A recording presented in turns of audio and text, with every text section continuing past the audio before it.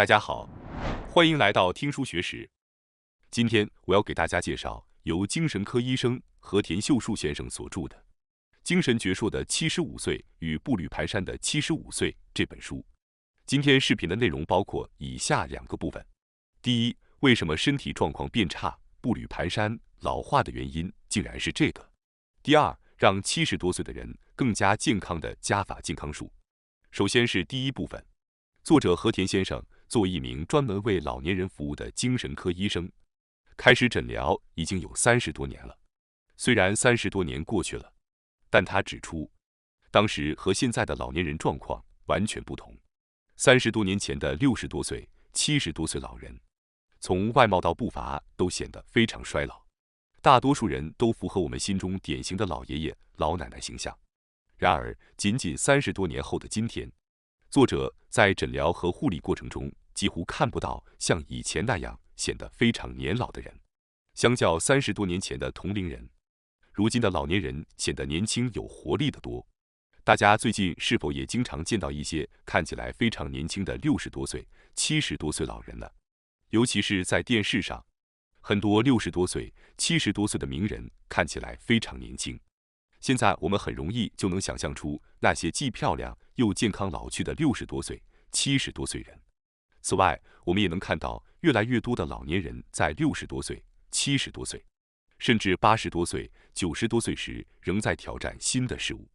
这种现象可能归因于现代社会相较过去提供了更便捷的环境，加上技术的飞速发展，使得老年人也能参与到更多新事物中。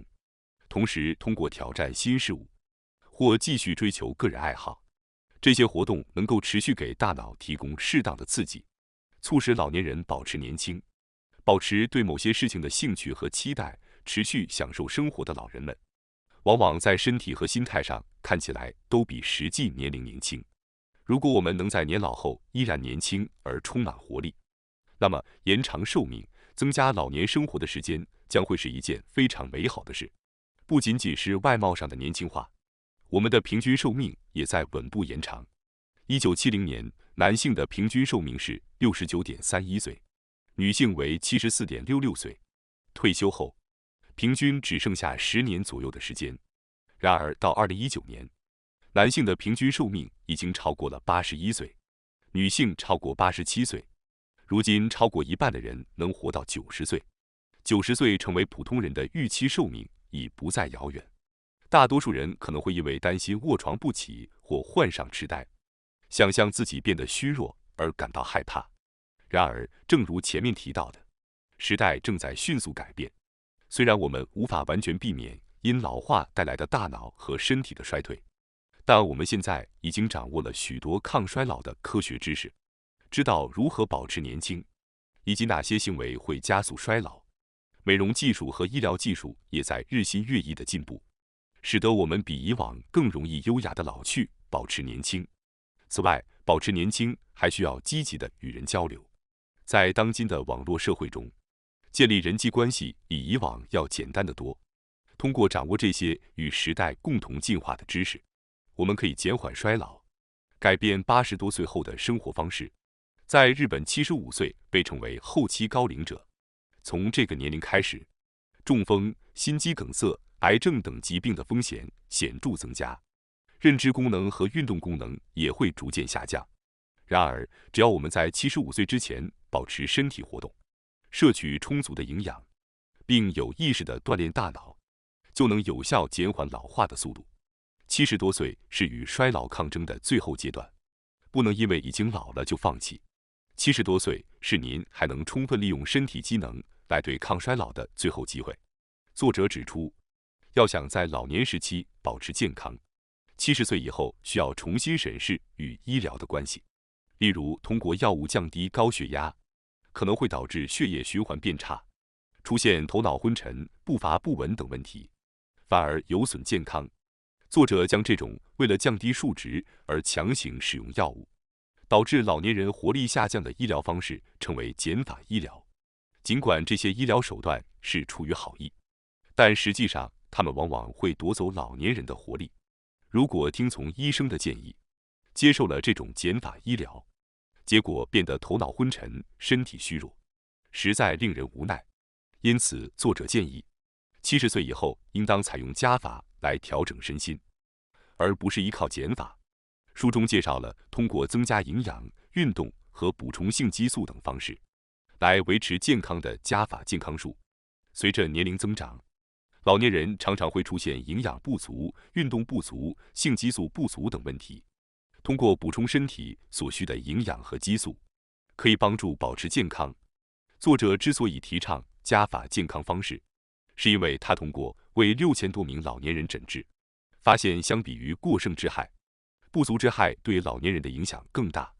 例如，虽然人们常说高胆固醇会导致动脉硬化，这属于过剩之害，但胆固醇也是细胞膜和激素的重要组成部分。如果胆固醇不足，会导致细胞再生受阻、衰老加速、免疫力下降，这就是不足之害。作者认为，老年人体内的不足之害远远超过过剩之害，因此老年人要保持精力充沛，不能一味地依靠药物来降低胆固醇、血压或血糖。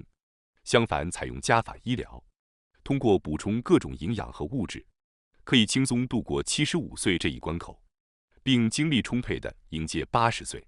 接下来是第二部分，让70多岁的人更加健康的加法健康术。接下来在介绍加法健康术之前，作者还将进一步探讨减法医疗对老年人活力的影响。通常在健康检查中，如果血压、血糖或胆固醇值异常，医生会建议通过药物将这些数值降至正常范围，这就是典型的减法医疗。此外，医生可能还会建议减重或减少盐分摄入。很多人在体检后都经历过这种减法医疗。当然，作者并不是完全否定减法医疗。对于40岁或50岁的人来说，通过改善生活习惯来降低这些数值，确实有助于预防疾病。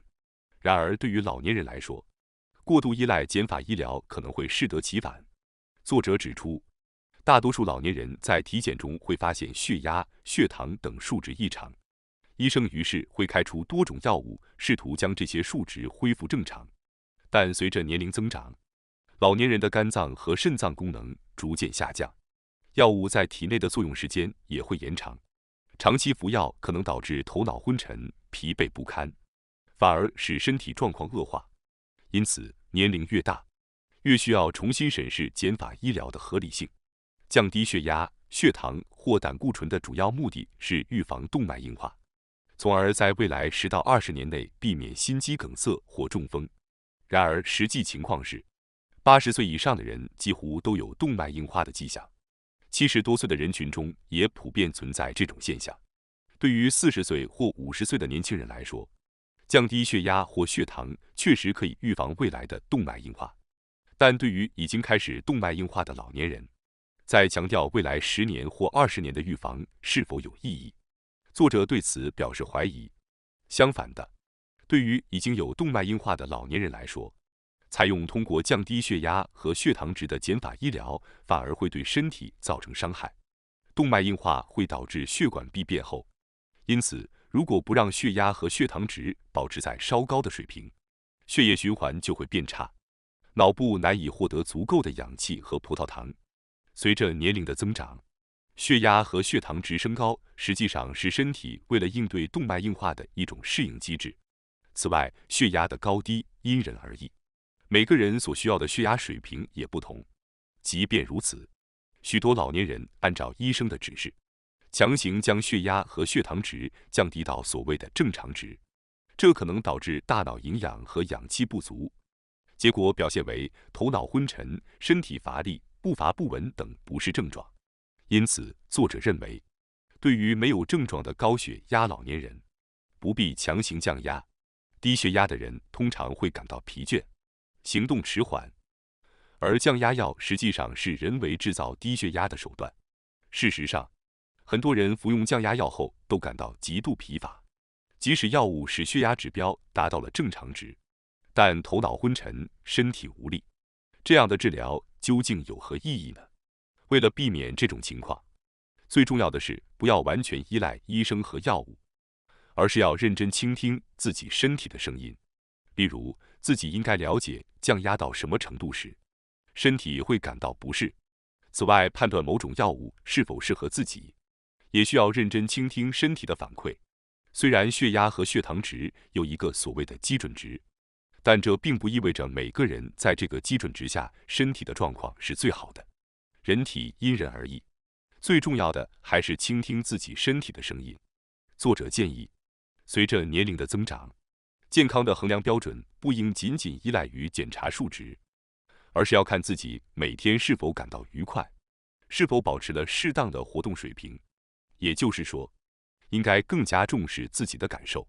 此外，不仅是血压，血糖值对老年人来说也可能偏高，因为静脉硬化加剧，这是一种自然现象。作者认为，血糖控制可以稍微放宽，不必强行降低。同样，在减法医疗中，胆固醇也常常被提及。虽然胆固醇过高确实会引发动脉硬化，但胆固醇也有很多好处。比如，胆固醇是免疫细胞和性激素的原料，较高的胆固醇水平可以促进性激素分泌，保持年轻。此外，有研究表明，胆固醇水平较高的人免疫力较强，患癌症的风险较低。相反，胆固醇水平过低的老年人，老化速度加快，患抑郁症的风险增加。所以，任何事物都是有利有弊的，需要根据自己的情况进行选择。有些人可能愿意冒着身体虚弱的风险，只为避免动脉硬化。在这种情况下，他们会避免食用高胆固醇的食物，并在必要时服用药物来降低胆固醇。值得一提的是，作者的胆固醇水平远超标准值，但为了保持活力，作者并不介意胆固醇数值，也不限制高胆固醇食物的摄入。随着年龄的增长，动脉硬化不可避免，而饮食是日常生活中重要的乐趣之一。作者更倾向于选择无压力的享受美食。此外，体重也是体检中常被提到的一个问题。医生通常建议老年人再减一点体重，达到所谓的适当体重。一般认为，适当体重的 BMI 值为22，但实际上，许多研究表明， BMI 超过25的人寿命更长。也就是说，70岁以后，稍微胖一点反而是健康长寿的秘诀。不要因为自己体重偏重就随意减肥。老年人的消化吸收能力已经下降，摄入足够的营养才刚刚好。年轻时即使营养不足，身体也能勉强应对，但随着年龄增长，营养不足会导致肌肉量减少，活力下降，甚至面临卧床不起的风险。因此，老年人更需要注重摄取充足的营养。到这里为止，我已经多次提到，减法医疗反而会使老年人的身体状况恶化。不要用药物强行将身体恢复到所谓的标准，而应倾听身体的声音，通过自己每天是否感到舒适，来判断健康状况。70岁后变得更健康的加法健康术。接下来，我们将介绍作者提出的加法健康术，即通过增加身体所需的元素，来改善健康。如果您实践这些方法，营养状态会迅速好转，免疫力提高，抵抗疾病的能力增强，身体也会变得更加精力充沛。请尝试从中选择一些适合自己的方法，积极采纳。1、增加加法药物；2、补充不足的营养；3、增加适度的散步运动。下面我会逐一详细解读这些加法健康术。加法健康术之一，增加加法药物。随着年龄增长，我们不可避免地需要依赖药物，这时要记住使用加法药物，而非减法药物。减法药物如降压药、降糖药等，而加法药物例如可以增加血清素的抗抑郁药，如 SSRI。老年人常面临入睡困难、夜间频繁醒来或清晨过早醒来等失眠问题。此时使用 SSRI 可以减少夜间醒来的次数，并提高精力。根据作者的临床经验，增加血清素的抗抑郁药在治疗失眠方面效果显著。对于因血清素不足导致的情绪低落或动力不足，考虑使用这种药物可能是不错的选择。此外，用于抑制阿尔茨海默症进展的药物阿瑞塞普特也是一种加法药物，它通过增加大脑中的乙酰胆碱，让大脑保持活力。加法健康树之2：补充不足的营养。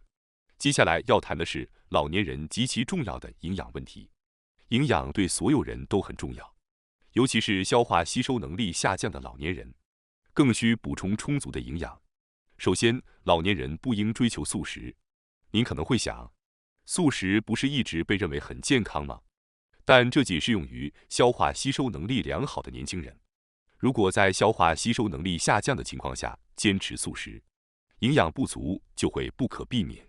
作者指出，避免肉类的素食理念与健康相反，容易导致营养不良，进而导致肌肉减少、免疫力下降，使人更易患感染等疾病。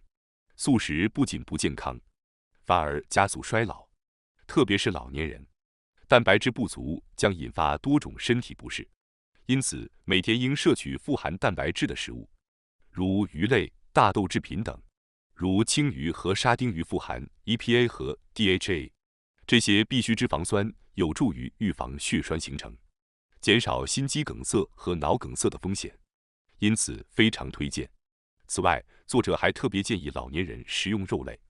肉类是动物蛋白质的丰富来源，蛋白质是构成肌肉、血管、皮肤和黏膜等组织的基础。通过食用肉类获取足够的蛋白质，并配合适量运动，可以增加肌肉量，保持健壮的腿脚，从而让您在年老时依然行动自如。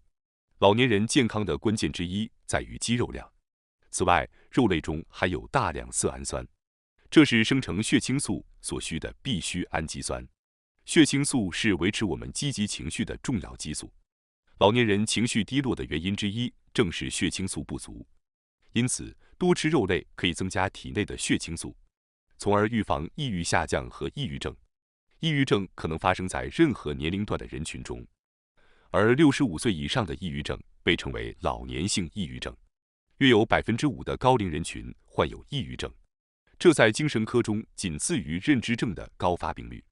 老年性抑郁症的症状包括情绪低落、强烈的罪恶感，觉得自己给别人添麻烦、抑郁减退、记忆力减退、食欲不振、失眠以及夜间多次醒来等。其原因之一是随着年龄增长，体内血清素的减少。血清素对情绪稳定具有极其重要的作用。当血清素减少时，人们容易失去动力，情绪低落，进而导致抑郁症的发作。因此，多摄入含有丰富色氨酸的肉类，是预防抑郁症的绝佳方法。此外，老年医学专家对国内外长寿人群进行了长期调查，分析了他们的共同健康习惯。日本长寿者的特点之一是摄入较高比例的动物性蛋白质，这也再次证明了吃肉的重要性。除了吃肉之外，通过补充剂来弥补饮食中不足的营养素也是有效的。在海外使用补充剂维持年轻和健康是很常见的现象。如今，日本也有越来越多的人定期服用补充剂。虽然有人认为营养应从食物中摄取最理想，但若难以从饮食中摄取足够的营养，尤其是像精神科医生所见，厌恶吃鱼的人为了摄取 DHA 勉强自己吃鱼，这会造成很大的压力，反而不利于健康。在这种情况下，通过补充剂轻松补充 DHA 反而更加有益。同样，为了摄取纳豆激酶而强迫自己每天吃不喜欢的纳豆，也是不太现实的。人们很难长期坚持做自己不喜欢的事情，勉强自己1-2周可能做得到，但大多数人难以将其转化为长期习惯。因此，通过补充剂来摄取这些营养成分是一个更好的选择。药物的主要目的是降低异常指标，而补充剂则更多是为了补充不足的营养，以提升活力。从这一角度来看，补充剂的使用可能比药物更为适宜。当然，补充剂并非万能，但作为保持健康和活力的工具，它们能在老年生活中发挥一定的作用。而选择补充剂时，最重要的标准是倾听身体的声音，判断它是否对身体有益。总而言之，如果您能感受到效果，就继续服用；如果感觉不到效果，就停止。人的身体非常神奇，如果通过补充剂补充了所缺少的营养，你会感觉心情变好或精力充沛，这表明这种补充剂的营养是您身体所缺乏的。如果没有感觉到效果，那么可能说明您不需要这种营养，或者它不适合您的体质。开始服用补充剂后，可以观察2周到1个月。如果您感觉不那么容易疲劳，精力更充沛，皮肤状况变好等，这些都是身体变化的表现，说明补充剂是有效的，建议继续服用。如果没有显著的效果，那就没必要继续服用，果断停止并尝试其他的补充剂。健康加法术第4条：增加散步等轻度运动。人类的身体如果不使用某些功能，就会退化。为了保持运动能力，并保持行走能力，避免变得步履蹒跚，养成运动习惯，避免运动不足是非常重要的。不过，运动不需要太剧烈，剧烈运动反而不好。散步这种轻度运动是最合适的。像跑步这样的运动会让您喘不过气，给心脏增加负担，还可能伤害腰、膝、髋关节，导致行动困难。因此，不要勉强自己进行剧烈运动。最适合的运动是走路，从每天10分钟开始，逐渐增加到30分钟。只要让走路成为日常习惯，就能增强心肺功能和腿部肌肉。此外，在阳光下散步还能增加体内血清素的水平，预防抑郁下降，对抑郁症的预防和改善有显著效果，真是一举两得。另外，走路还能降低血糖值，与其通过药物强行降低血糖，不如通过这种自然的方式来调节，这无疑是更理想的选择。作者本人通过养成走路和深蹲的习惯，大幅降低了血糖值。虽然有时觉得运动很麻烦，但血糖下降的效果让人觉得运动非常值得。因此，作者也将其变成了日常习惯。除了走路之外，我也建议您在家里多多动一动，打扫、洗衣、做饭、园艺、照顾宠物等，都是在家里可以动起来的机会。绝对要避免长时间坐着。最新的研究报告显示，每天坐着超过8小时的人，其死亡风险比坐着少于3小时的人增加了1.2倍。作者建议您在家里也多活动活动，无论是在户外散步还是在家中，都要保持活跃，尽量多动一动，这样才能更好地保持健康和活力，延缓衰老。最后，我想通知大家一下，我们还有一个新频道学识 Plus， 该频道将每天提供更为精简的视频内容，并增加有关论文等相关有益知识的解说。如果您感兴趣的话，请通过概要栏中的链接进行查看并订阅。感谢大家收看今天的节目。如果你喜欢我们分享的内容，记得点赞、订阅并开启小铃铛通知，第一时间获取我们的更新。在下次的节目中，我们将继续为大家分享更多有益的书籍。再次感谢大家的支持，我们下期再见。